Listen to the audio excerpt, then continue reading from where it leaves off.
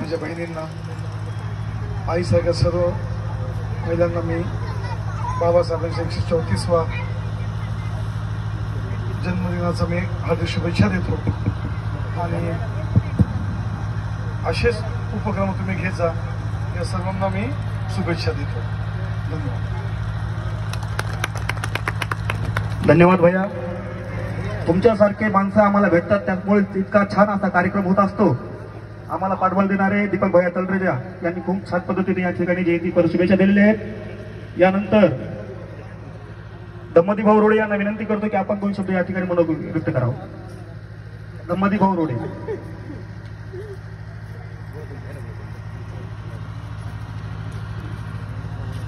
या ठिकाणी छान असा कार्यक्रम आयोजित केलेला आहे. मी अवघ्या 2 मिनिटांमध्ये माझं मनोगत या ठिकाणी व्यक्त करेल.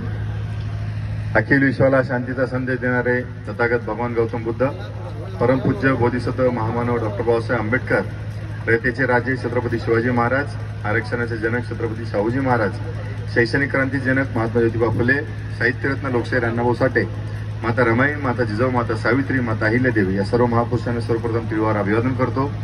आणि या ठिकाणी मंचावर उपस्थित आपलं पूर्ण गायनाची जी टीम आहे, दुधमनजी यांच्यासोबतच मान्यवर जी आपले दीपकजी तलरेजा आणि किंग असतील, आमचे बंधू असतील, माझ्यासमोर माता भगिनी, जयंती कमिटीचे अध्यक्ष अनिलजी खिल्लारे, उपाध्यक्ष आपले सुजात, निखिल आणि सर्व टीम, किरण भाऊ सगळं, धम्म असेल, हे सर्व असतील, छावा, आपल्या सर्वांना 134व्या जयंतीच्या मंगलमय कोटी कोटी हार्दिक हार्दिक शुभेच्छा. खूप चांगला कार्यक्रम आपण या ठिकाणी आयोजित केलेला आहे. आणि मी आत्ताच विषय काढला दीपक भाऊ सोबत बोलताना की फार कमी ठिकाणी असं होतं जेवणाचा वगैरे कार्यक्रम, कारण फार मोठा लोड असतो. जयंती कमिटीमध्ये अध्यक्ष, उपाध्यक्ष, कोषाध्यक्ष, सचिव, सर्व सदस्य एकदा निवड झाली म्हणजे आपल्यासारखे सर्वसामान्य जे कमिटीमध्ये नसतात ते निश्चिंत असतात.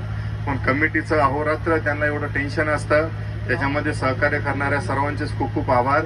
आणि आपण सर्व त्यांच्या पाठीशी असंच उभं राहिलं पाहिजे, कारण हे फार मोठं नियोजन असतं. 15-15 दिवस यांना झोपा येत नाही. जोपर्यंत जयंती होत नाही तोपर्यंत सर्व जयंती कमिटी दिवस रात्र त्यांच्या डोक्यामध्ये एकच विचार असतो की डीजे कोणता लावायचा आहे, पताका कुठं लावायच्या, लाइटिंग कशी करायची, कमान कुठं बांधायची, जेवणाची व्यवस्था कशी करायची, कसा कार्यक्रम चांगल्यात चांगला करता येईल. तेव्हा आपण सर्वांनी त्यांच्या कार्यक्रमाचे एफर्ट्स जे आहेत त्यांचे आपण परिश्रम लक्षात घेतले पाहिजे.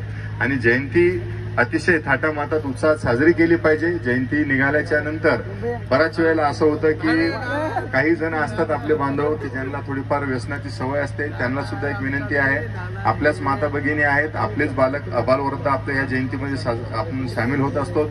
या सगळ्यांची जिम्मेदारी आपल्यावरती आहे. जयंती साजरी करत असताना नक्कीच नाचत अतिशय उत्साहात थाटामाटात जयंती आपण साजरी केलीच पाहिजे.